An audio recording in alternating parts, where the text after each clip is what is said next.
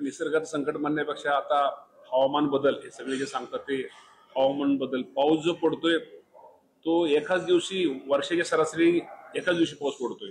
त्यामुळे आपले ओढे असतील, नद्या असतील, त्यामुळे त्याला पूर येतोय आणि त्या महापुरामुळे निश्चित प्रकारे शेतकऱ्यांचं खूप मोठ्या प्रमाणामध्ये नुकसान होतंय.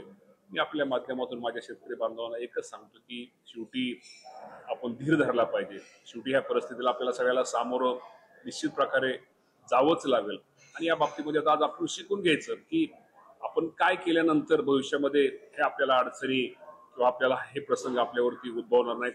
यासाठी निश्चित प्रकारे शासन सुद्धा या बाबतीमध्ये निश्चित प्रकारे योग्य तो या सर्वांना मदत करेल.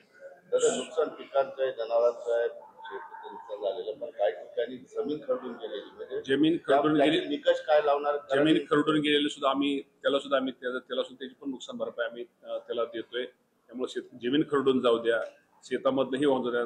शासनाचे जे निकष आहेत NDRFचे त्याप्रमाणे SDRF NDRFचे निकष आहेत की जमीन खरडून जाण्याच्या निकषाबद्दल बराच संभ्रम आहे. त्यासाठी काय योग्य स्पष्ट भूमिका देणं शासनाची भूमिका आम्ही जे निकष आहेत त्या निकषाप्रमाणे आम्ही निश्चित प्रकारे जी जमीन खरडून गेली त्याला शासनाच्या निकषाप्रमाणे साधारणतः 5,000 ते 47,000 पर्यंत आपण हेक्टरी मदत करू शकतो. किंवा खरडून गेलेल्या जमिनीसाठी दुरुस्त होणारी जमिनीला 18,000 रुपये हेक्टरी आपण मदत करू शकतो. त्यामुळे मला शेतकरी बांधवाला एवढं सांगायचं, जे या अतिवृष्टीमुळे नुकसान झालं माझं असं आहे की जिथं खरडून जमीन गेली त्या शेतकऱ्याची जमीन नाहीशी झालेली, त्याला आयुष्यात तिथं जमीन कसता येणार नाही, तरी ह्याच निकषात त्याला 5 ते 47,000 रुपये उभं राहता येईल का?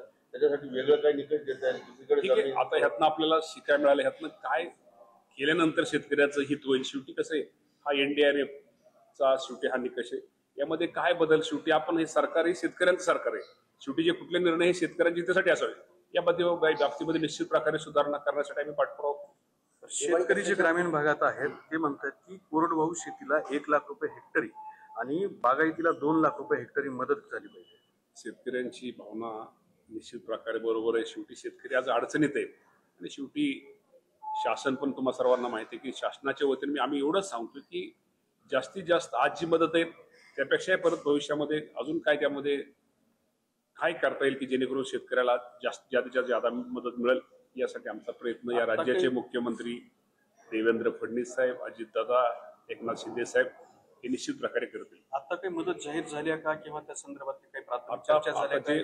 मे महिन्यामध्ये किंवा जून मे एंडला जून जुलैच्या अगोदर जे पाऊस पडले, ज्यांचे पंचनाम्याचं काम पूर्ण झालं, तिथं नुकसान भरपाई हीच DBT वरती वाटप त्यांना शेतकऱ्यांच्या खात्यामध्ये दिलेलं आहे. आणि अजून